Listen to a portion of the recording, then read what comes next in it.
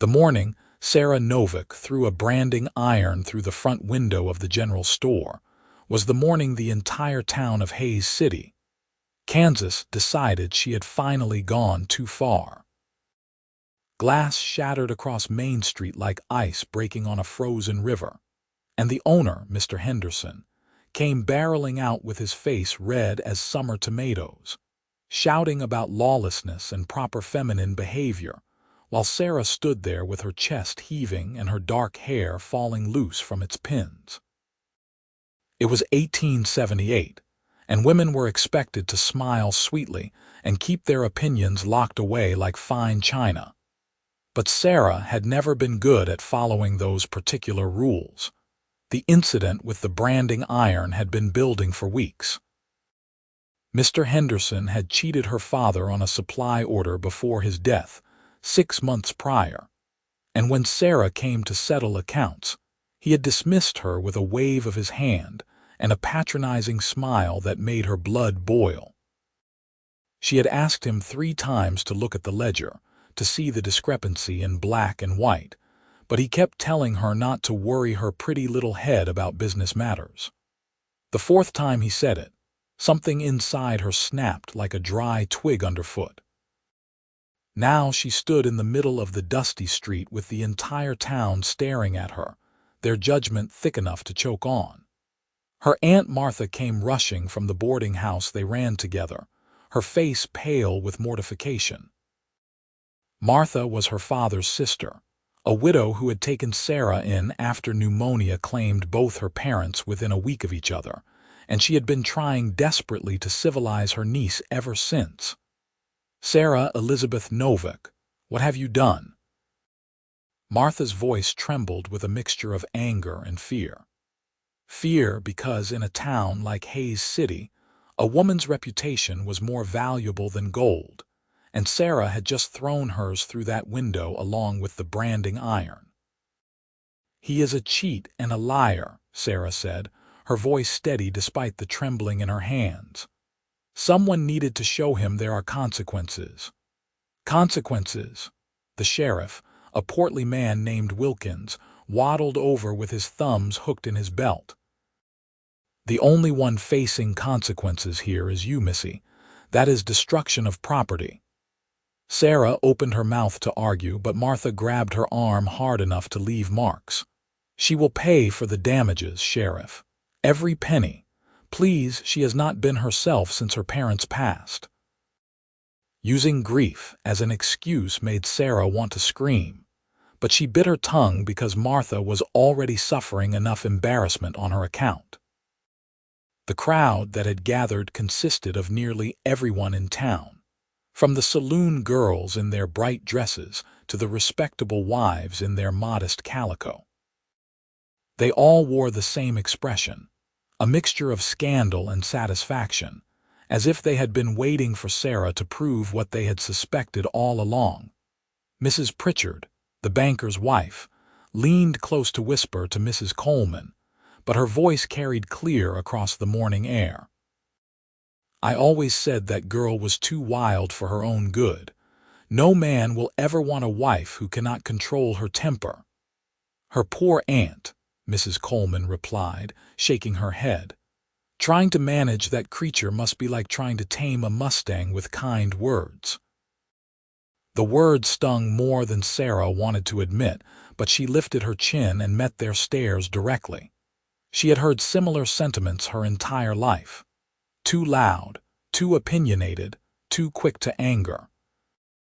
Her father had laughed at her spirit, called her his little firecracker, but everyone else in Hays City saw her as something defective that needed fixing.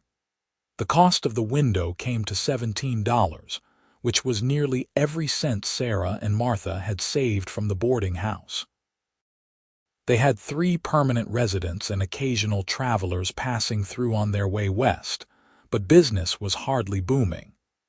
Sarah paid Mr. Henderson with bills that felt heavy as stones, and he counted them twice before giving her a smile that held no warmth. "Perhaps this will teach you some restraint," he said. Sarah did not trust herself to respond. She turned on her heel and walked back to the boarding house with Martha trailing behind, silent as a ghost. The house was a two-story structure on the edge of town, weathered but sturdy, with a porch that needed new boards and shutters that hung slightly crooked. It was not much, but it was theirs, and they had worked hard to keep it running after Sarah's father died. Inside, Martha finally spoke, and her voice was tight with frustration. "What were you thinking?" "I was thinking he should not get away with cheating us. So you destroy his property. Sarah, that man has influence in this town. He could make things very difficult for us. He already made things difficult by stealing from us." Martha sank into a chair and pressed her fingers against her temples. At 42, she looked older, worn down by years of scraping by and trying to maintain respectability. "You do not understand how this world works. Women like us, we do not have the luxury of righteous anger. We survive by being agreeable, by not making waves. That sounds like a miserable way to live. It is the only way we have." The conversation ended there because Mrs. Palmer, one of their boarders, came downstairs asking about breakfast. Sarah escaped to the kitchen and threw herself into cooking, channeling her frustration into kneading bread dough and frying eggs. The physical work helped calm the tempest inside her chest, but it did not change the fundamental problem. She was 22 years old, unmarried and apparently unemployable as anything other than a burden to her aunt. Over the next week, the consequences of the window incident became clear. Mrs. Palmer moved out, citing concerns about the character of the household. Two potential new boarders took one look at Sarah and decided to find accommodation elsewhere. Even the laundry work, Sarah sometimes took in, dried up, as the respectable women of Hayes City decided they could not trust their linens to someone so volatile. Martha grew more pinched and worried with each passing day. She stopped meeting Sarah's eyes at meals, and the silence between them felt like a living thing, cold and accusatory. Sarah tried to help, tried to be the model of restraint, but the damage was done.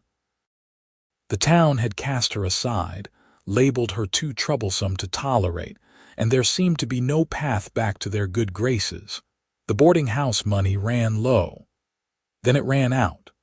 Martha sold her mother's silver hairbrush, the last valuable thing she owned, just to buy flour and coffee. The guilt sat heavy in Sarah's stomach, sour and unavoidable. She had done this with her temper, her inability to just smile and accept injustice like a proper lady. On a Thursday morning in early June, with exactly $4.30 left to their names, a stranger rode into Hayes City. Sarah was sweeping the porch when she saw him coming down the main street, sitting tall in the saddle on a rangy buckskin horse. He was dressed like most cowboys, worn denim and a dusty hat, but something about the way he carried himself drew the eye. He rode with easy confidence, like a man comfortable in his own skin, and when he dismounted in front of the boarding house, his movements were fluid and unhurried. "Morning," he said, tipping his hat. "This a place where a traveler can get a room and a decent meal?" Sarah leaned on her broom and studied him.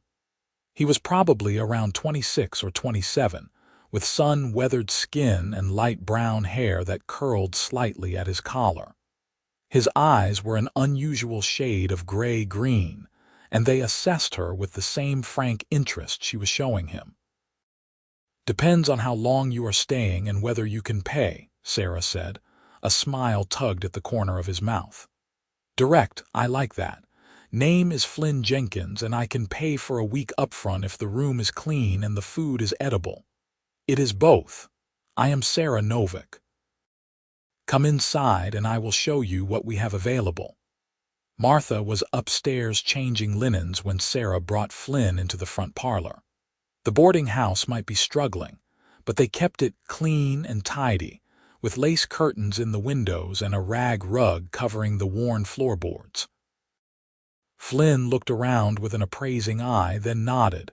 "Seems nice enough. You run this place alone with my aunt. Lost my parents last winter. Sorry to hear that." He said it simply, without the excessive sympathy that made Sarah's teeth clench. "What is the rate?" $2 for the week, including breakfast and supper." "Fair enough." He counted out the money and handed it over. His hands were calloused and scarred, the hands of someone who worked hard for a living. Sarah felt the weight of those coins in her palm like a reprieve from drowning. Martha came downstairs then and nearly dropped her stack of linens when she saw they had a guest. Her face transformed, brightening with relief and the professional warmth she showed to paying customers. "Welcome, welcome. I am Martha Brennan, Sarah's aunt. Let me show you to your room." Flynn followed Martha upstairs while Sarah went to the kitchen to start thinking about supper. $2 would buy them a little breathing room, enough for flour and beans and maybe some salt pork. It was not a solution to their larger problems, but it was something, and she felt a small measure of the crushing guilt lift from her shoulders. That evening, Sarah cooked a better meal than they had eaten in days. Roasted chicken that she bought from the butcher with some of Flynn's payment, potatoes, biscuits, and gravy. Martha set the table with their best dishes, the ones with only small chips around the edges, and they all sat down together in the dining room. Flynn ate with the single-minded focus of a man who had been living on trail rations, but he remembered his manners and complimented the food between bites. "This is excellent, Miss Novak. Best meal I've had in months." "Thank you. What brings you to Hayes City?" "Work. Heard there were ranches out this way looking for experienced hands. Figured I would try my luck." "Where are you from originally?" Martha asked, playing the role of gracious hostess despite their circumstances. "Colorado, mostly. Worked cattle drives up from Texas, spent some time in Wyoming." "I go where the work is." Sarah found herself studying him as he talked. There was something solid about Flynn Jenkins, a steadiness that seemed at odds with his drifting lifestyle. He spoke carefully, choosing his words with precision, and his manners suggested an upbringing that had included more than just cowboy camps and saloons. After supper, Flynn excused himself to settle his horse at the livery, and Martha turned to Sarah with cautious optimism. "He seems respectable. If we can attract more guests like him, we might manage after all." "Maybe." Sarah did not want to hope too much. One guest would not solve their problems, especially when half the town seemed determined to ensure the boarding house failed as punishment for her behavior. But Flynn Jenkins proved to be an ideal boarder. He was quiet, tidy, and unfailingly polite. In the morning, he ate breakfast without complaint and headed out to inquire about work at the surrounding ranches. In the evening, he returned for supper, and sometimes sat on the porch afterward, smoking and watching the sun set over the Kansas prairie. Sarah found excuses to join him those evenings. Martha would click her tongue in disapproval, reminding her that unmarried women should not spend time alone with strange men, but Sarah was past caring about such rules. Flynn was interesting in a way that most people in Hayes City were not. He had traveled, seen different places and ways of living, and he talked to her like her opinions mattered. 3 days into his stay, they were sitting on the porch steps while the cicadas sang their evening chorus, and Flynn asked the question she had been waiting for. "The people in town get real quiet when they hear I am staying here. Why is that?" Sarah considered lying, but she was tired of pretending. "Because I have a reputation for being difficult. A week ago, I threw a branding iron through the general store window." Flynn was quiet for a moment, and then he started laughing. Not mockingly, but with genuine amusement that crinkled the corners of his eyes. "I imagine there was a good reason." The owner cheated my father before he died. I tried to address it properly, but he would not listen. So I made him listen. And now the whole town has cast you aside. Something like that. My aunt is suffering for it, which is the worst part. She took me in when I had no one, and I repaid her by destroying our livelihood. Flynn stretched his legs out and tilted his head back to look at the darkening sky. My mother used to say that people who never get angry are either saints or liars. Sounds to me like you were standing up for what was right. Standing up for what is right does not put food on the table. No, but living without a spine does not seem like much of a life either. Sarah glanced at him sideways, something warm unfurling in her chest. She had expected judgment or at least awkward sympathy, but Flynn seemed to understand in a way that few people did. Most men want wives who are meek and biddable. Most men are boring. It was Sarah's turn to laugh, and it felt good, like releasing pressure from a steam valve. They sat in comfortable silence for a while, watching fireflies blink in the tall grass beyond the yard. Sarah felt something shifting between them, a recognition that went deeper than simple attraction, though there was certainly that too. Flynn Jenkins was handsome in a rough-hewn way, and being near him made her aware of her body in a manner that felt both thrilling and slightly dangerous. By the end of his first week, Flynn had secured a job at the Rockingham Ranch, about 5 miles south of town. The owner, a gruff widower named Marcus Manning, needed experienced hands for the summer season, and Flynn's references were solid. He paid for another week at the boarding house and settled into a routine of long days working cattle and quiet evenings on the porch. Sarah found herself looking forward to those evenings with an intensity that probably should have alarmed her. She would rush through her chores, making sure supper was especially good, and then she would find reasons to be wherever Flynn was. Martha noticed, of course, and pulled her aside one morning with concern etched across her features. "Sarah, you must be careful. That man is a drifter. He will move on eventually, and you cannot afford to have your heart broken on top of everything else. We are just talking. You are looking at him like he hung the moon. I have seen that expression before, and it worries me." Sarah wanted to argue, but Martha was not wrong. She was developing feelings for Flynn Jenkins, feelings that grew stronger with every conversation, every shared smile. It was foolish and impractical, but her heart had never been particularly good at listening to reason.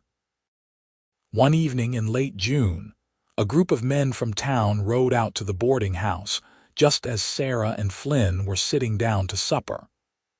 Sarah recognized them through the window: Mr. Henderson, Sheriff Wilkins, and 2 of the town council members. Her stomach dropped. Martha answered the door with visible trepidation. "Gentlemen, how can I help you?" "We need to speak with Miss Novak," Mr. Henderson said, his voice cold and official. Sarah stood and went to the door, feeling Flynn rise behind her. The presence at her back was comforting in a way she could not quite name. "I am here." "There has been another incident," Sheriff Wilkins said. "Someone broke into my office last night and destroyed property. Given your history, we have questions." Anger flared hot and immediate. "I was here all night. I had nothing to do with whatever happened." "Can anyone verify that?" Mr. Henderson's smile was smug. "I can." Flynn stepped forward, his voice calm but carrying an edge of steel. "I was on the porch until past midnight. Miss Novak was inside with her aunt the entire evening. If something happened at the sheriff's office, she had no part in it." The men exchanged glances, clearly displeased with this complication. Sheriff Wilkins puffed up his chest. "And who might you be, Flynn Jenkins?" "I work at the Rockingham and board here. Your word does not mean much, stranger. You have only been in town 2 weeks. My word is good." Flynn's tone did not rise, but something in his demeanor changed, became more formidable. Miss Novak was nowhere near town last night. If you are looking for someone to blame, you need to look elsewhere. The confrontation might have escalated, but Marcus Manning chose that moment to ride up with two of his ranch hands. He was a big man with iron gray hair and a reputation for being fair but hard. "Evening, Sheriff." "What is all this?" Sheriff Wilkins explained the situation while Sarah stood there feeling like she was watching her life collapse in slow motion. But Marcus listened and then shook his head. "Jenkins does not lie. If he says Miss Novak was here, then she was here. Seems to me you are wasting time harassing innocent people when you should be finding the actual culprit." The authority in his voice carried weight that Flynn's could not, at least not yet. The men from town grumbled but eventually retreated, though Mr. Henderson shot Sarah a look that promised this was not over. When they were gone, Sarah sagged against the doorframe, her legs suddenly weak. "Thank you," Martha said to both Flynn and Marcus, her voice thick with emotion. They were ready to blame her for anything that goes wrong in this town. Marcus nodded. "Town politics can be ugly. Miss Novak, Miss Brennan, if you have any more trouble, you let me know. I do not hold with people being persecuted without cause." After Marcus left, the three of them went back inside, but the pleasant evening was thoroughly ruined. Sarah could not eat, her appetite destroyed by anger and fear. She had not broken into the sheriff's office, but it was clear the town was ready to pin any transgression on her, to use her as a scapegoat for their own problems. Flynn found her later, sitting on the back steps with her arms wrapped around her knees. He did not say anything at first, just sat down beside her and let the night sounds fill the silence. Finally, Sarah spoke, her voice barely above a whisper. "I should leave. Go somewhere else and start over. It is not fair to Martha, staying here and bringing trouble to her door." "Where would you go?" "I do not know. Somewhere west, maybe. Somewhere people do not already hate me." Flynn was quiet for a long moment. When he spoke, his words were careful, measured. "Or you could stay and prove them wrong." "How? They have already decided what I am." "Then show them something different. But running away will not solve anything.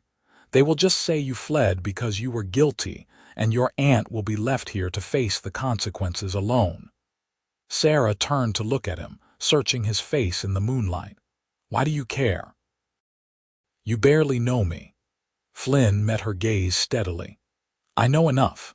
I see someone who fights for what she believes in, who does not back down even when the whole world is against her. That kind of fire is rare, Sarah. Most people have it beaten out of them by the time they are grown. The fact that you still have it, that you refuse to let them break you, that is something worth defending." The words settled into Sarah's chest, warm and bright. No one had ever spoken to her like that before, had ever suggested that her anger and passion were anything other than flaws to be corrected.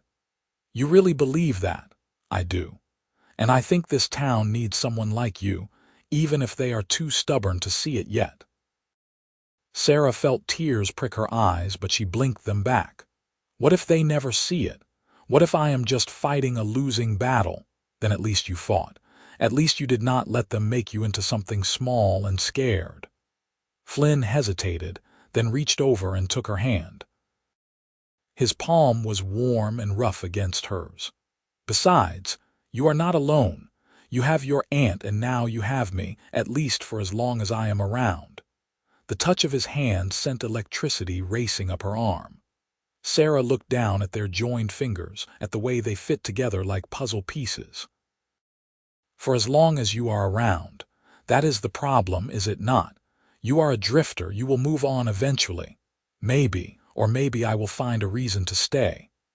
The implication hung in the air between them, heavy with possibility. Sarah's heart hammered against her ribs, and she felt poised on the edge of something vast and terrifying. This could hurt worse than anything the town had done to her. Opening her heart to Flynn Jenkins meant risking a different kind of pain, one that might leave scars that never fully healed. But when she looked at him, at the steady warmth in his eyes, she found herself willing to take that risk. "I should go in," she said, but she did not move. "Probably," Flynn agreed, but he did not let go of her hand. They sat there for a while longer, fingers intertwined, neither willing to break the moment. When they finally did go inside, Martha was waiting with a knowing look that said she had seen more than enough. But she did not scold, just nodded and went upstairs to her room. Over the following weeks, Sarah and Flynn grew closer in ways both obvious and subtle. He would find excuses to touch her hand when passing the salt at supper. She would linger in conversation when she should be doing chores. They took walks in the evening, ostensibly so Sarah could check on her small vegetable garden, but really just to be alone together. Martha watched with a mixture of approval and worry, clearly torn between wanting Sarah to be happy and fearing the inevitable heartbreak. The town's hostility continued. No new boarders came, despite Martha's advertisements in the Hayes City newspaper. Women crossed the street to avoid Sarah when she went to buy supplies. Even the minister gave a sermon about the importance of Christian forgiveness that somehow still managed to cast her as the villain in need of redemption. But with Flynn beside her, the weight of their disapproval felt more bearable. He had a way of cutting through the ugliness with dry observations that made her laugh when she wanted to scream. When Mrs. Pritchard made a pointed comment about godless women in the mercantile, Flynn loudly asked Sarah if she had room in her prayers to ask God to help Mrs. Pritchard with her gossiping problem. The woman's face went purple, but she did not say another word. Marcus Manning also proved to be an unexpected ally. He began recommending the boarding house to travelers and business associates passing through, and slowly, cautiously, new guests began to arrive. None of them were local, but they paid on time and did not seem bothered by Sarah's reputation. The money was not enough to make them comfortable, but it kept them from sinking further into debt. One evening in mid-July, Flynn came home from the ranch looking troubled. Sarah was in the kitchen preparing supper, and he leaned against the doorframe watching her work. She could feel his gaze like a physical touch. "What is wrong?" she asked, not looking up from the potatoes she was peeling. "Marcus offered me a permanent position, not just seasonal work, but a real job with decent pay and a place to stay on the ranch." Sarah's hands stilled. This was good news, the kind of opportunity that drifters dreamed about. Steady work, a future, roots. So why did Flynn sound so uncertain? "That is wonderful, you should take it. It would mean moving out of the boarding house." "Oh," the single syllable fell flat. Sarah resumed peeling potatoes with more force than necessary. "Well, you cannot turn down an opportunity like that just to keep boarding here. We will manage." "Will you?" "We always do." Flynn crossed the kitchen in 3 long strides and took the knife and potato from her hands, setting them on the counter. Then he turned her to face him, his hands gentle on her shoulders. "Sarah, look at me." She did, reluctantly, and was startled by the intensity in his eyes. "What?" "I am trying to figure out what you want. What you want from me, specifically." Sarah's breath caught. They had been dancing around this for weeks, approaching it sideways through lingering glances and casual touches. But Flynn was asking her to be direct, to put words to feelings that terrified her. "I want you to do what is best for you. That is not what I asked. What do you want me to say? The truth?" His thumbs traced small circles on her shoulders, a gesture that was both comforting and distracting. "I can take Marcus's offer and move out to the ranch. It is a good job, and I would be a fool to turn it down. But Sarah, if I do that, I need to know where we stand. Because these past weeks, being here with you, talking to you every evening, it has meant something to me. You mean something to me." Sarah's heart was pounding so hard she was sure he could hear it. "Flynn, I cannot ask you to sacrifice your future for me. That would not be fair. I am not asking for permission. I am asking if you feel the same way I do." The walls Sarah had built around her heart, the ones constructed from years of being told she was too much, too difficult, too unmarriageable, began to crack. She looked at Flynn and saw someone who did not want to change her, who liked her fire instead of trying to extinguish it. The truth spilled out before she could stop it. "Yes, I feel the same way. But Flynn, I am a disaster. My reputation is ruined, I have no prospects, and I apparently cannot go a month without causing some kind of scandal. You could do so much better." Flynn laughed, warm and genuine. "Better than a woman who stands up for herself and makes the best chicken and biscuits in Kansas. I doubt that very much. I am serious. So am I." He cupped her face in his hands, calloused thumbs brushing her cheekbones. "Sarah Novak, you are the most aggravating, fascinating, brave person I have ever met. Your temper does not scare me. That fire you have, that refusal to be diminished, that is exactly what I want. That is what I have been looking for without even knowing it." Tears spilled down Sarah's cheeks before she could stop them. "You are going to break my heart when you leave. Then it is a good thing I am planning to stay." He leaned down slowly, giving her time to pull away, but Sarah met him halfway. The kiss was soft at first, tentative, but when Sarah sighed against his mouth, Flynn deepened it, pulling her closer until she was pressed against the solid warmth of his chest. When they finally broke apart, both breathing hard, Sarah felt dazed and more alive than she had in months. Flynn rested his forehead against hers, his smile crooked and slightly smug. "For the record, I am taking Marcus's job, but I am not moving out. I will just have a longer ride to work each day." "Flynn, you do not have to do that. I know I want to, unless you are tired of having me around." "No," Sarah smiled, feeling lighter than air. "No, I am not tired of you at all. Martha found them like that, wrapped around each other in the kitchen with the forgotten potatoes scattered on the counter." She cleared her throat loudly, and Sarah jumped back like she had been burned. But Martha was smiling, really smiling for the first time in weeks. "I suppose I should be scandalized," she said, but there was no heat in it. "But honestly, I am just relieved. Mr. Jenkins, if your intentions toward my niece are honorable, I have no objections." "They are," Flynn said firmly. "Very honorable. In fact, I was thinking we might discuss those intentions more formally soon." Sarah's head whipped around to stare at him. "Are you saying what I think you are saying?" "Not yet. I am old-fashioned enough to want to do this properly, but soon if you are amenable." "Amenable." Sarah tested the word, feeling joy bubble up from some deep place inside her.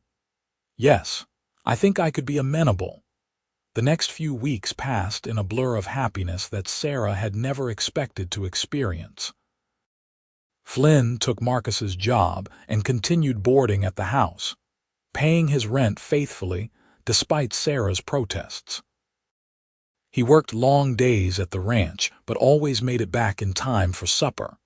And afterward, they would sit on the porch talking about everything and nothing while Martha pretended not to watch them through the window.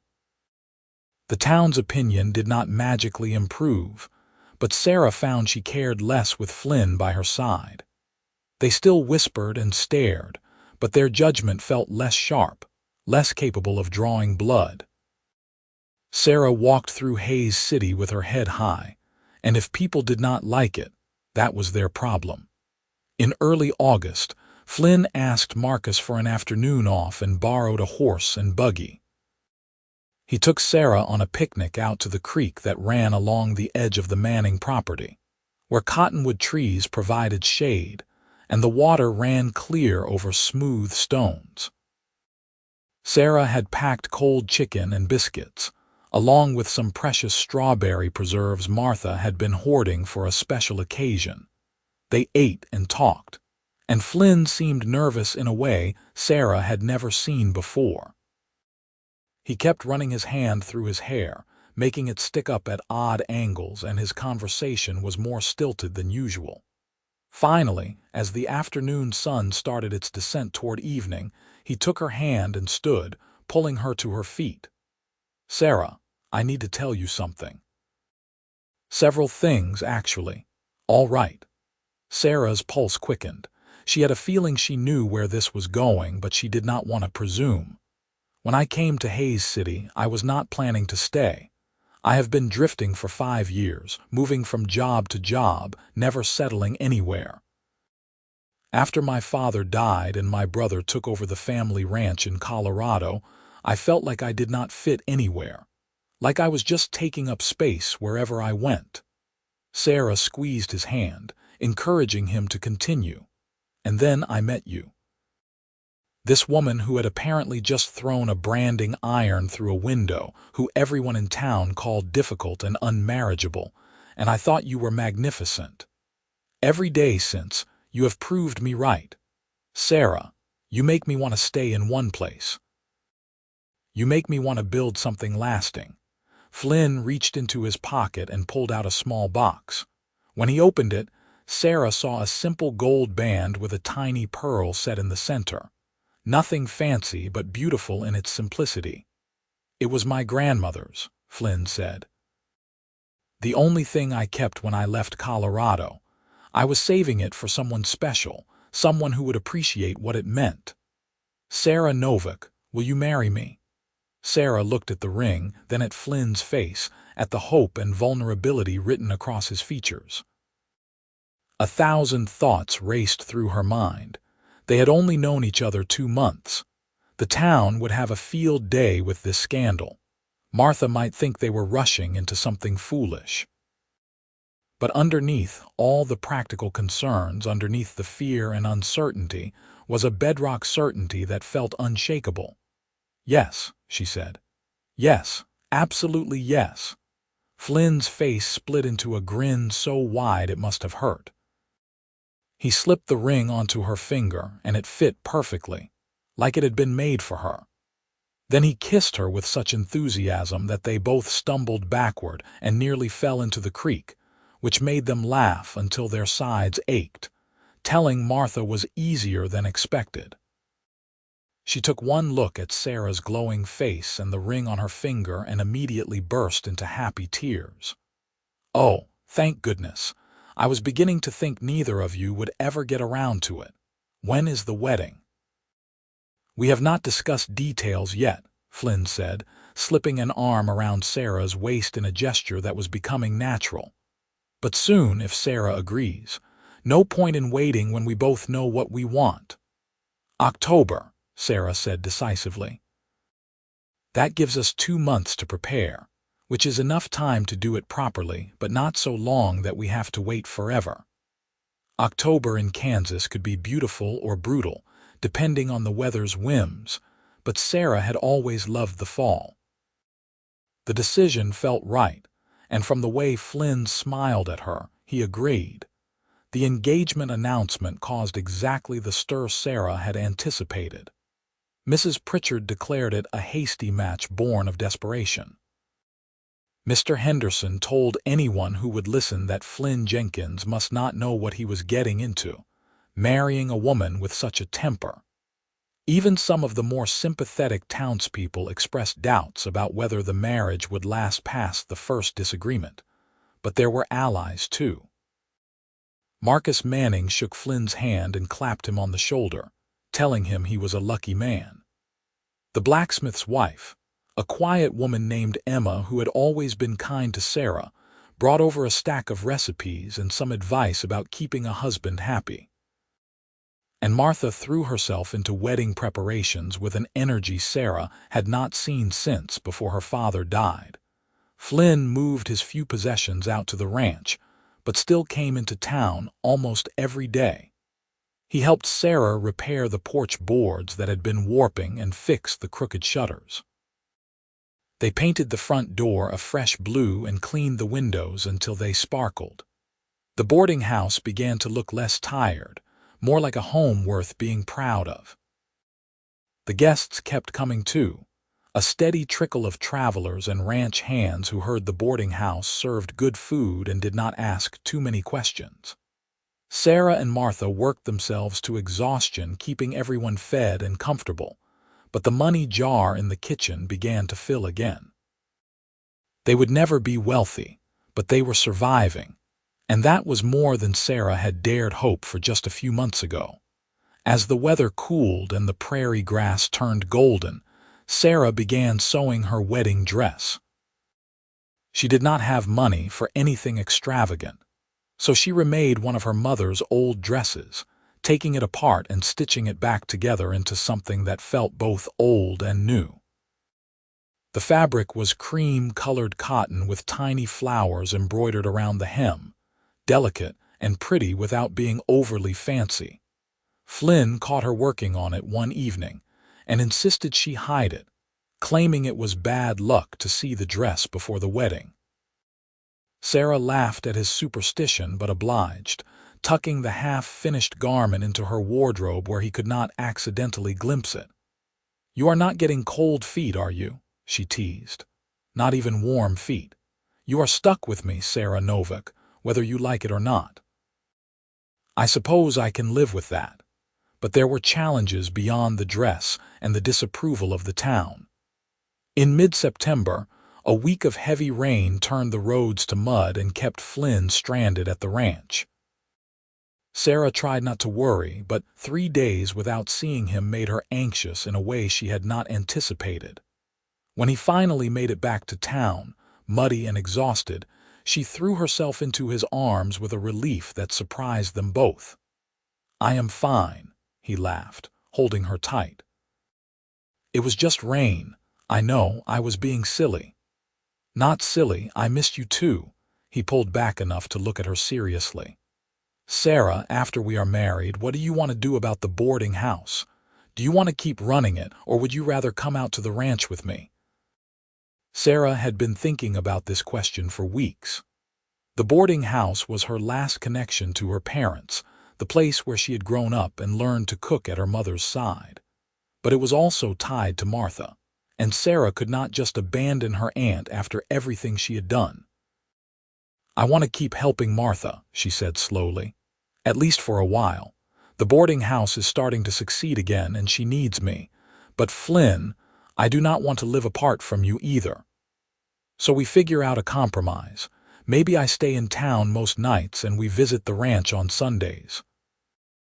Or maybe we help Martha hire someone to assist with the work, so you have more freedom. We will find a solution that works for everyone." The willingness to adapt, to put her needs on equal footing with his own, made Sarah love him even more. Too many men would have expected their wives to simply follow wherever they led, but Flynn treated their marriage like a partnership they were building together. When she said as much to Martha, her aunt smiled knowingly. "You chose well, Sarah. That man adores you and, more importantly, he respects you. Hold on to that." The first week of October brought crisp, clear days perfect for a wedding.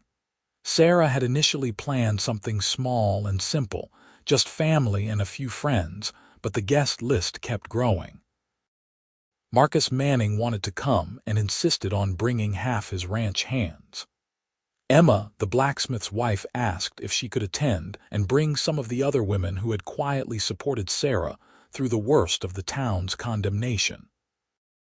Even a few of the boarding house regulars, travelers who had passed through and remembered Sarah's kindness, sent word they would try to make it.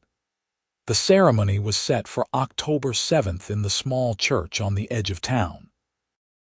The minister, Reverend Thompson, had initially been reluctant to perform the service, but Marcus Manning had a word with him about Christian charity and doing his job, and the reluctance evaporated.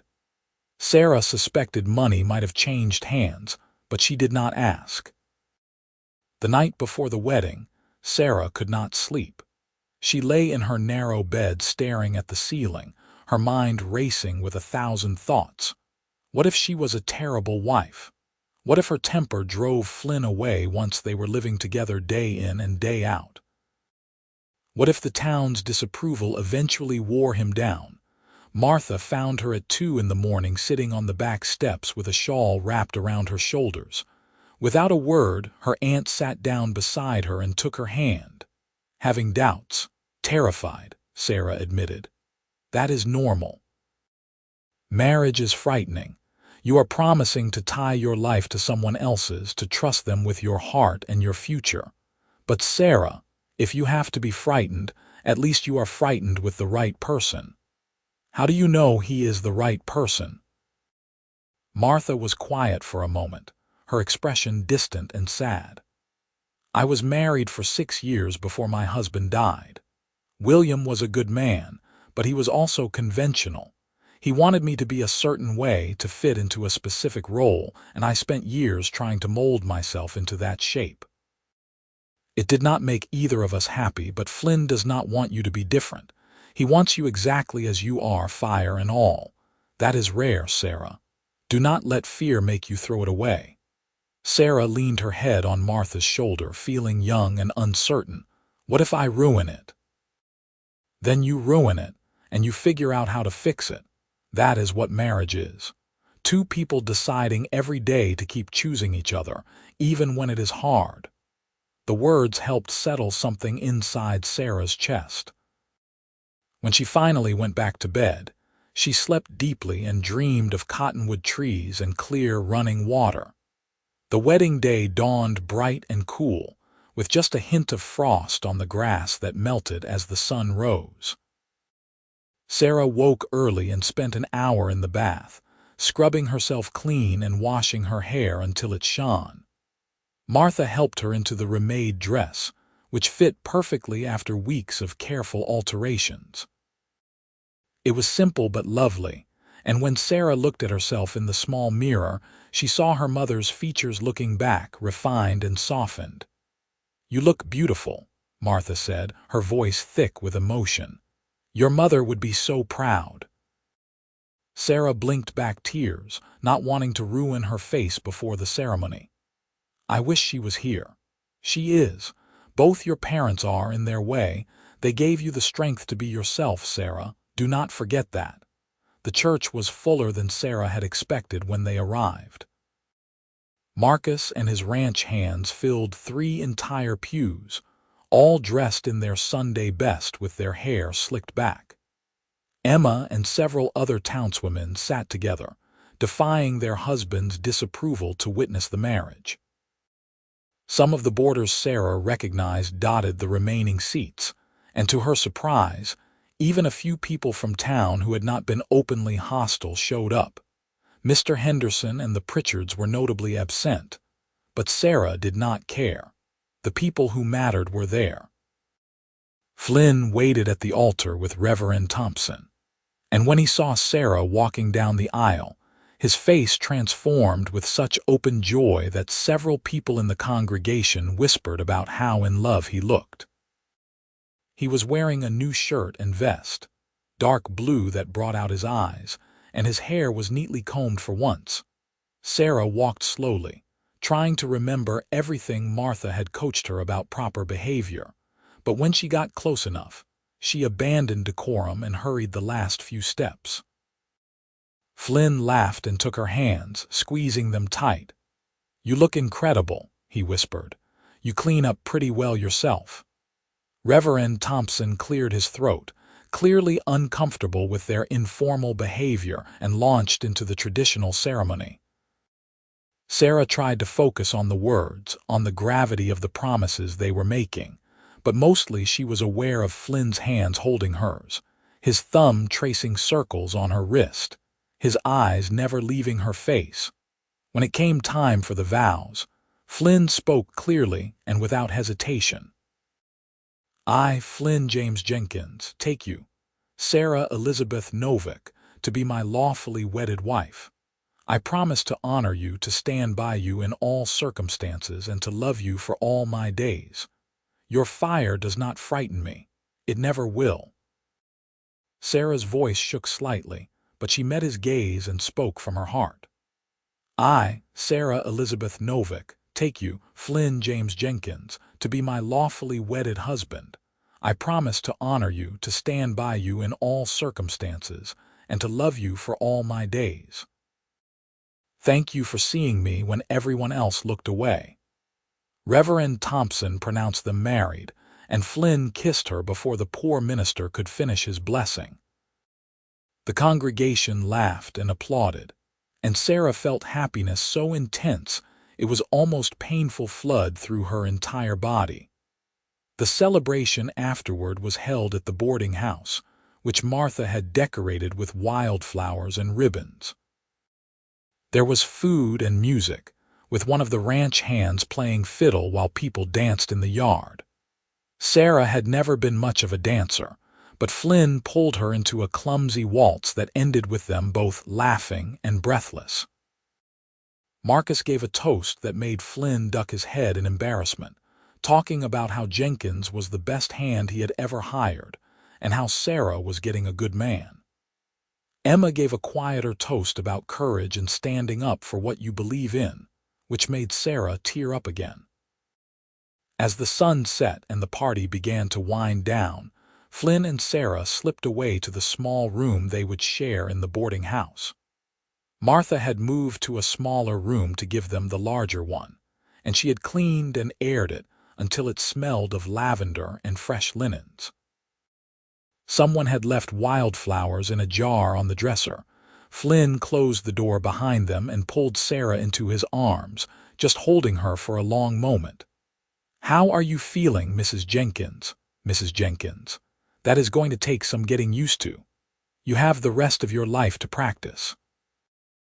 They made love slowly, tenderly, learning each other's bodies with patience and care. Flynn was gentle, always checking to make sure Sarah was comfortable, but there was passion too, a heat that built between them until they were both gasping and clinging to each other. Afterward, they lay tangled together in the narrow bed, Sarah's head on Flynn's chest, listening to his heartbeat slow. "I never thought I would have this," Sarah admitted softly. "Everyone always said I was too difficult, that no man would want me. I started to believe them." Flynn's arm tightened around her. "Then everyone was wrong. You are not too anything, Sarah. You are exactly right, exactly what you should be, and I am the luckiest man in Kansas." Sarah smiled against his skin, feeling completely and utterly content. The first months of marriage were an adjustment, as all marriages are. Sarah and Flynn had to learn to navigate each other's habits and quirks, to figure out how to share space and make decisions together. Sarah had a tendency to take over every task, convinced she could do it better herself, while Flynn sometimes withdrew when he was upset instead of talking through problems. They had their first real argument 3 weeks after the wedding, over something trivial Sarah could not even remember later, and the fight was loud enough that Martha knocked on their door to make sure everything was all right. But they learned. Flynn got better at expressing his feelings, and Sarah practiced letting him help without criticizing every choice. They developed rhythms and routines that worked for both of them. Flynn would wake early and help with breakfast before riding out to the ranch. Sarah would spend her days cooking and cleaning and managing the boarding house alongside Martha. In the evenings, they would reconnect over supper and conversation, sharing the details of their days. The boarding house continued to prosper in small, steady ways. Word spread that the food was excellent and the rooms were clean, and the stream of guests became more reliable. By December, they had 4 permanent boarders and a waiting list for the occasional rooms. Martha hired a local girl named Lucy to help with the laundry and heavy cleaning, which freed up Sarah to focus on cooking and managing the accounts. The town's opinion shifted gradually, glacially. It helped that Flynn was well liked at the Rockingham, and that Marcus Manning spoke highly of both him and Sarah whenever the opportunity arose. It helped that Sarah kept her temper in check, even when people like Mr. Henderson were deliberately provoking. She had learned that sometimes the best revenge was simply succeeding despite everyone's expectations, not that she became meek or docile. Sarah still spoke her mind, still stood up for herself and others when necessary. But she picked her battles more carefully, saving her fire for things that truly mattered. When she heard that Emma, the blacksmith's wife, was being mistreated by her husband, Sarah marched over and had a very pointed conversation with the man about how the town would view a blacksmith who could not control his temper. Emma's bruises stopped appearing after that. Flynn was proud of her for it, even when she came home shaking with residual anger. "See, that fire of yours makes a difference, just has to be aimed at the right targets." Winter in Kansas was harsh that year, with snow piling high and temperatures dropping below zero. The boarding house was cozy enough with the fires kept stoked, but trips to the ranch became treacherous. Flynn spent more nights in town than he liked, worried about the cattle and horses struggling through the cold. When he did make it out there, he sometimes stayed for days, unable to risk the return journey in blizzard conditions. Sarah missed him desperately during those absences, but she kept busy with the boarding house and tried not to let worry consume her. Martha was a steadying presence, reminding her that Flynn was experienced and capable, that he would come home when it was safe. Christmas was quiet but warm, with Sarah and Flynn exchanging simple gifts they had made for each other. Sarah had knitted him a thick wool scarf in dark blue. Flynn had carved her a wooden box for her recipes, with her initials inlaid on top in lighter wood. They spent the day at the boarding house with Martha and the few guests who had nowhere else to go, cooking a feast and singing carols around the piano that had belonged to Sarah's mother. In February, Sarah realized her monthly cycle was late. She waited another week, not wanting to get her hopes up, but when the second week passed with no sign, she told Martha in a hushed, excited whisper while they were kneading bread. Martha's face lit up. "Oh, Sarah, that is wonderful. Have you told Flynn?" "Not yet. I wanted to be sure first. Go to him today. He should hear this from you, not from town gossip." So Sarah bundled up against the cold and convinced one of the ranch hands who was passing through town to give her a ride out to the Rockingham. Flynn was working in the barn when she arrived, mucking stalls and looking thoroughly unhappy about it. When he saw her, his face transformed with surprise and pleasure. "Sarah, what are you doing here? Is everything all right?" "Everything is fine. Better than fine." She waited until they were alone in the tack room, surrounded by the smell of leather and hay. "Flynn, I think I am pregnant." For a moment he just stared at her, processing the information. Then he laughed and picked her up, spinning her around despite the confined space. "Are you serious?" "We are going to have a baby, I believe so. It is still early, but all the signs are there." Flynn set her down carefully, suddenly anxious. "Are you feeling all right? Should you be riding out here in the cold? Does Martha know?" Sarah laughed at his sudden protectiveness. "I am fine. Women have been having babies since the dawn of time. I am not fragile." "I know, but still. You are carrying our child. That is incredible and terrifying.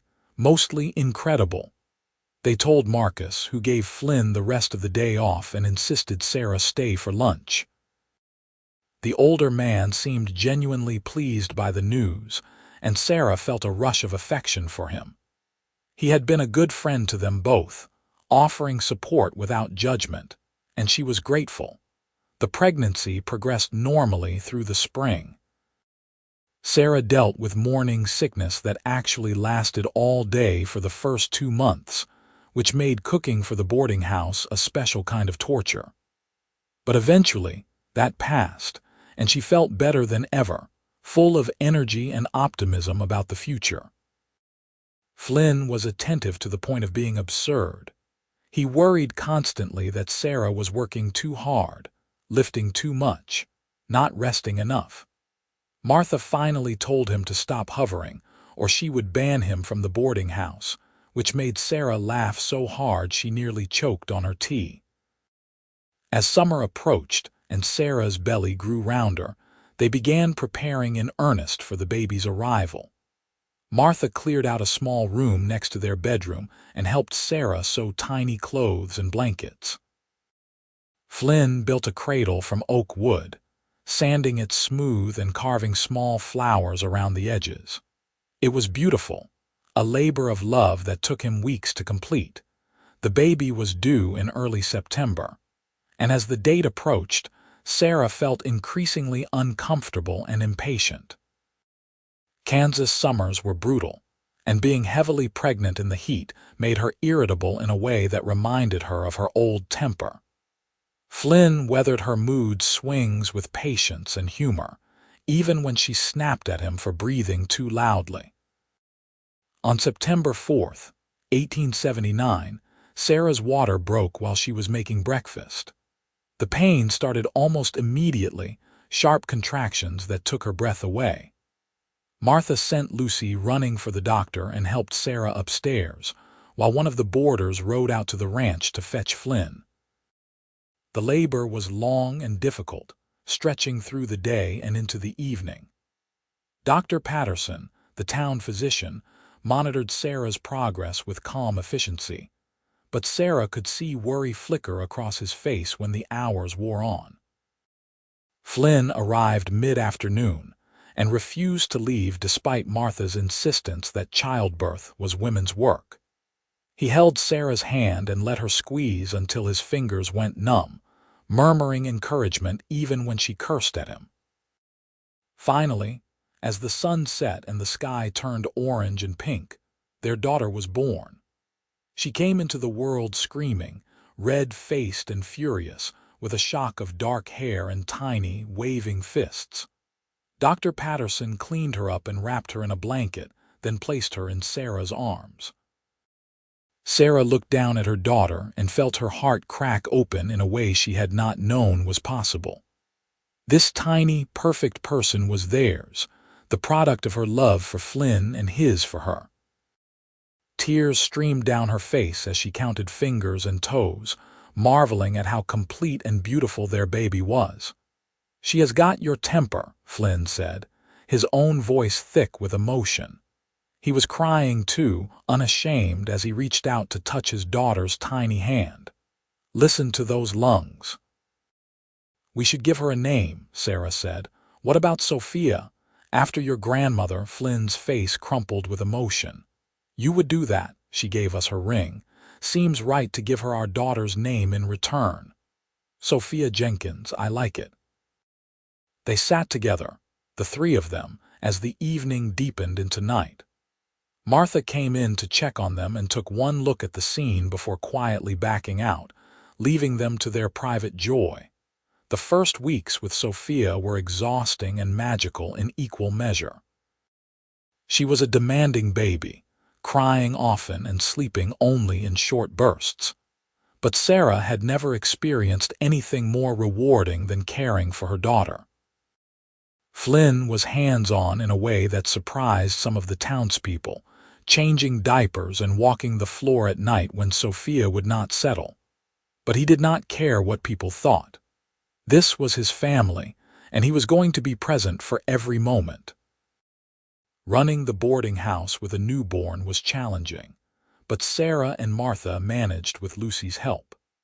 The regular guests were surprisingly tolerant of the crying, and one elderly traveling salesman even had a knack for getting Sophia to sleep when nothing else worked.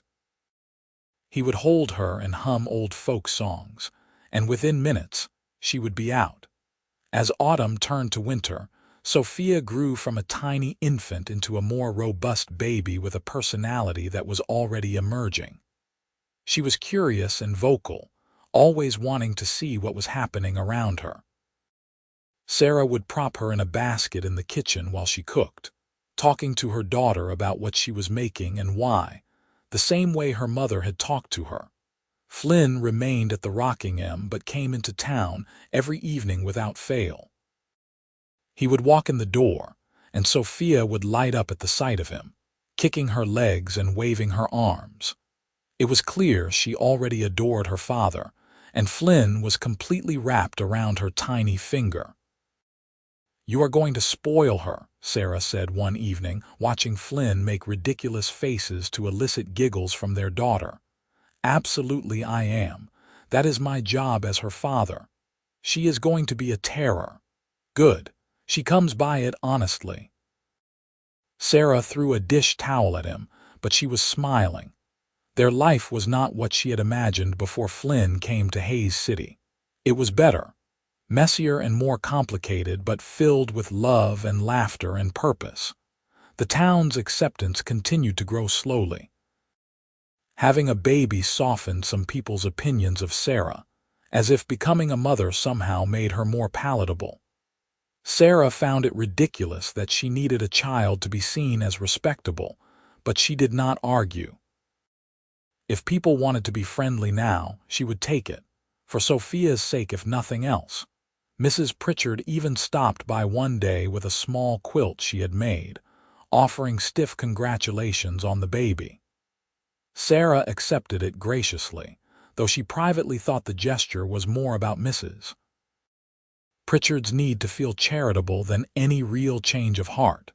But it was progress, and Sarah had learned to appreciate small victories. By the time Sophia was 6 months old, the boarding house was thriving. They had a full roster of regular guests and had to turn away applicants weekly. Martha hired another girl to help with the cooking, which allowed Sarah more time to spend with her daughter. Flynn had been promoted to foreman at the Rockingham, which came with better pay and more responsibility. They were not wealthy, but they were comfortable and secure in ways Sarah had only dreamed about a year ago. On a warm evening in May, Sarah and Flynn took Sophia for a walk out to the creek where Flynn had proposed. The cottonwood trees were leafing out, their branches creating a canopy of green above the water. Sophia was fascinated by everything, reaching for the grass and the flowers with chubby hands.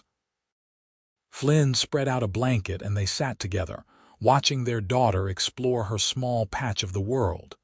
Sarah leaned against Flynn's shoulder, feeling utterly content. "Thank you," she said softly. "For what?" "For not being afraid of me. For wanting my fire instead of trying to put it out." Flynn kissed the top of her head. "That fire is what drew me to you. It still does. You made me want to stay in one place, Sarah. You made me want to build a life instead of just drifting through one. We built it together. We did. And it is pretty amazing, is it not?" Sarah looked at Sophia, who was now trying to eat a dandelion, and at Flynn, who was watching their daughter with such open adoration. She thought about the boarding house, about Martha and their guests, and the life they had created. She thought about how far she had come from that angry woman who threw a branding iron through a window. "It is amazing," she agreed. "It is everything." The years that followed were full and busy. Sophia grew into a bright, energetic toddler with her mother's temper and her father's easy charm. She terrorized the boarding house guests in the most delightful way, charming them with her smiles and then demanding their attention. Sarah found parenting both harder and more rewarding than she had anticipated, but Flynn was always there to help shoulder the load. When Sophia was 2, Sarah got pregnant again. This time, the morning sickness was worse, and she spent the first trimester exhausted and nauseous. But Flynn and Martha and even little Sophia in her own toddler way rallied around her, helping with chores and keeping things running smoothly. Their son was born in February of 1882, arriving much faster than Sophia had. Sarah barely had time to get upstairs before he entered the world, screaming just as loudly as his sister had. They named him Samuel, after Sarah's father, and Flynn cried again when she told him why she had chosen that name. Samuel was an easier baby than Sophia had been, more content to sleep and eat and observe the world quietly. Sophia was fascinated by her new brother, wanting to hold him and help with everything. Sarah had to constantly supervise to make sure Sophia's enthusiasm did not overwhelm the infant. The boarding house had to adapt to accommodate the growing family. Martha eventually moved into a small cottage nearby, insisting that Sarah and Flynn needed the space for their children. Lucy had gotten married and moved away, but they hired 2 new girls to help with the work. The business ran like a well-oiled machine, with Sarah overseeing everything while managing her household. Flynn had become an indispensable part of the rocking M. Marcus Manning, who was getting older, relied on Flynn for more and more of the ranch operations. When Marcus sat Flynn down one evening and offered to sell him a partnership in the ranch, Flynn came home dazed and uncertain. "It is a lot of money," he told Sarah as they lay in bed that night. Both children were finally asleep, a rare moment of peace. "We would have to take out a loan and it would be risky. But it is also an opportunity. You love that ranch, Flynn, and Marcus trusts you to help run it. That means something. But what about the boarding house? I do not want you to have to carry that burden alone." "I will not be alone. We have help and Martha is close by. Besides, this could be good for our family's future. Sophia and Samuel could inherit your stake in the ranch someday." They talked long into the night, weighing the risks and benefits. In the end, Flynn decided to accept Marcus's offer.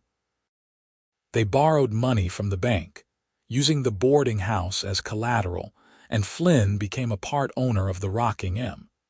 It was terrifying and exhilarating in equal measure. The partnership proved successful. Flynn had a good head for business and a knack for managing people, and under his and Marcus's joint leadership, the ranch prospered. Within 3 years, they had paid off the loan and were turning a healthy profit. Flynn hired more hands and expanded their cattle operation. He even started breeding horses, a personal passion that turned into a lucrative side business. Sarah's life became a balancing act of managing the boarding house and raising 2 young children. There were days when she felt stretched thin, pulled in too many directions at once. But there were also moments of profound joy, watching Sophia learn to read or hearing Samuel's first words. She and Flynn made time for each other when they could, stealing quiet moments in the evening after the children were asleep. The town's attitude toward Sarah had completed its transformation. She was now seen as a respectable wife and mother, a successful businesswoman who ran one of the best boarding houses in the region. People forgot, or pretended to forget, the angry young woman who had thrown a branding iron. Even Mr. Henderson was civil to her now, though Sarah never forgot that he had cheated her family. Emma, the blacksmith's wife, became a close friend, as did several other women in town. They formed a ladies' aid society that met monthly to sew and gossip and support each other. Sarah found she actually enjoyed these gatherings, the sense of community and shared purpose. She had friends now, real friends who valued her for who she was. When Sophia was 7 and Samuel was 5, Sarah discovered she was pregnant again. This time, the news was met with mixed feelings. 3 children felt like a lot, and Sarah was exhausted just thinking about starting over with a newborn. But Flynn was delighted, and Sophia and Samuel were excited about having another sibling. The pregnancy was difficult. Sarah was older now, almost 30, and her body did not handle the strain as well as it had before. She spent the last 2 months on bed rest, frustrated by her inability to help with the boarding house or the children. Martha moved back in temporarily to help manage everything, and Flynn cut back his hours at the ranch to be home more. Their second daughter was born in November of 1884, a tiny, delicate baby they named Rose. Unlike her siblings, Rose was quiet and gentle from the start, content to sleep in her cradle and watch the world with solemn dark eyes. She rarely cried, and when she did, it was never the angry wails Sophia and Samuel had produced. Sarah worried about her at first, convinced something must be wrong, but Dr. Patterson assured her that Rose was perfectly healthy, just naturally calm. Rose's arrival completed their family in a way Sarah had not anticipated. With 3 children, the boarding house, and Flynn's partnership at the ranch, their life was full to bursting. But it was a good fullness, rich with love and purpose. Sophia grew into a spirited girl who loved horses and hated sitting still. Flynn started teaching her to ride when she was 8, and she took to it naturally. Samuel was quieter, more studious, fascinated by books and learning. He would sit for hours with his primers, sounding out words and asking endless questions about everything. Rose remained the gentle one, content to play quietly with her dolls and help Sarah in the kitchen. The years passed in a blur of school recitals and birthday parties, of cattle drives and harvest seasons. Marcus Manning passed away when Sophia was 12, leaving Flynn his full share of the ranch in his will. It was bittersweet, inheriting something they had worked so hard for, but losing a man who had been like a father to Flynn. They named the next foal born on the ranch Marcus, in honor of his memory. The boarding house continued to operate successfully, though Sarah eventually handed over most of the day-to-day management to the staff they had hired. She remained involved, overseeing the books and the menu planning, but she had more time to spend with her children and her husband.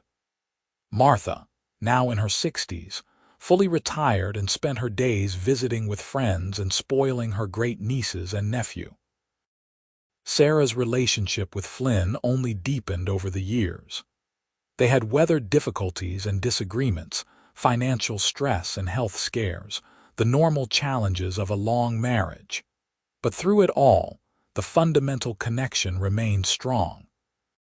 Flynn still looked at Sarah like she was the most fascinating person in the world, and Sarah still felt her heart skip when he smiled at her. On their 15th wedding anniversary, Flynn took Sarah back to the creek where he had proposed. The children were old enough to be left with Martha for an evening, and they rode out on horseback, just the 2 of them, like they had not done in years. The cottonwood trees were golden with autumn leaves, and the creek ran clear and cool. Flynn spread out a blanket and they lay side by side, watching the clouds drift past overhead. "I have been thinking about that day you threw the branding iron through Henderson's window," Flynn said. Sarah laughed. "Why on earth are you thinking about that?" "Because it was the best thing that could have happened to me. If you had not made that scene, if the whole town had not been talking about the wild Novak girl, I might have just passed through Hayes City without stopping. I might never have met you." "So you are saying my temper is responsible for our entire life together?" "I am saying your fire brought me home. I had been wandering for years, looking for something without knowing what it was.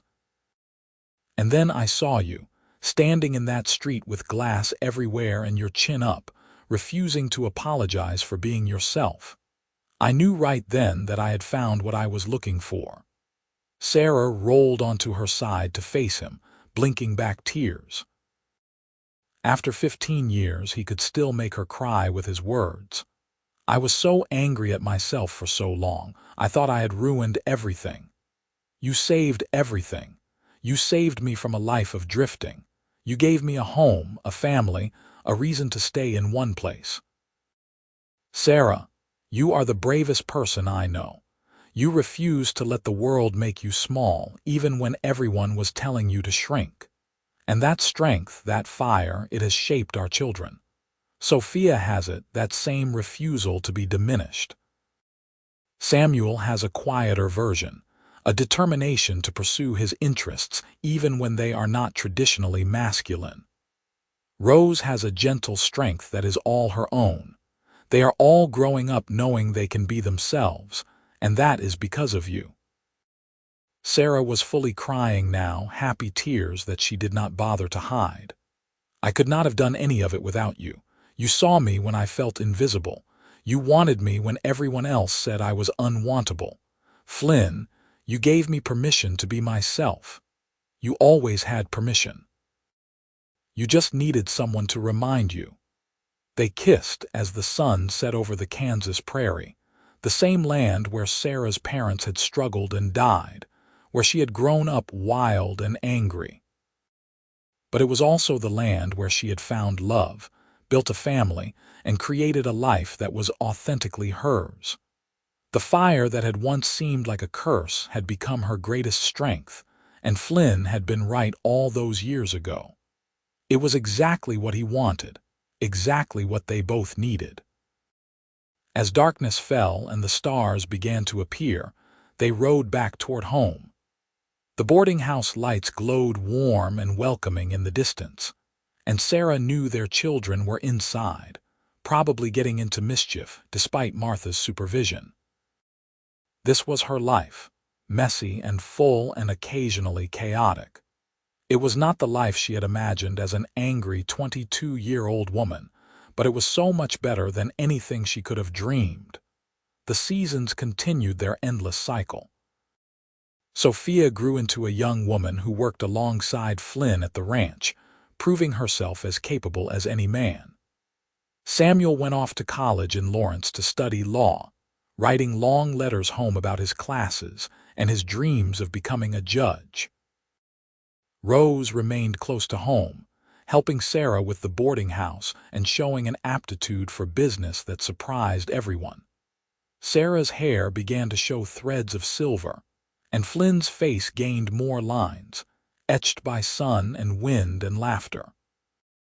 They grew older together, their love mellowing into something comfortable and unshakable.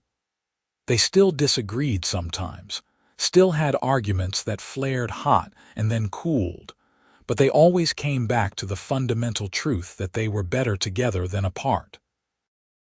On a warm evening in May of 1900, Sarah and Flynn sat on the porch of the ranch house they had built 5 years earlier.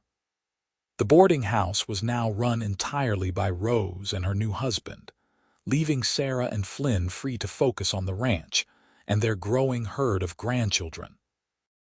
Sophia had married a fellow rancher and had 2 children of her own, wild little things who loved to visit their grandparents. Samuel was still unmarried, focused on his legal career in Topeka, but he came home for holidays and brought exciting stories of the changing world. "You ever regret it?" Sarah asked, watching the sun paint the sky in shades of orange and pink. "Coming to Hays City, staying here instead of moving on." Flynn took her hand, his grip still strong despite the arthritis that was beginning to affect his joints. "Not once, not for a single moment. Even when I was difficult, especially when you were difficult. Sarah, you made life interesting. You still do. I would rather have 50 years of arguing with you than 100 years of boring contentment with someone else." Sarah laughed, the sound carrying across the prairie. "That is good, because you are stuck with me. Best thing that ever happened to me." They sat in comfortable silence as the stars emerged one by one overhead. The land stretched out around them, the same Kansas prairie that had witnessed Sarah's greatest struggles and her greatest triumphs. She thought about the woman she had been, casting aside by a town that could not handle her spirit. She thought about the cowboy who had ridden into her life and said her fire was exactly what he wanted. And she thought about everything they had built together, a legacy of love and determination that would outlive them both. This was their story, marked by passion and perseverance, by a refusal to accept limitations. It was a story that had started with broken glass and righteous anger and transformed into something beautiful. Sarah squeezed Flynn's hand, feeling the weight of their shared history, and knew with absolute certainty that she would not change a single moment. The fire that had once seemed like a curse had become the foundation of everything good in her life. And Flynn Jenkins, the drifter who became a rancher who saw strength where others saw flaws, had been right all along. That fire was exactly what they both needed.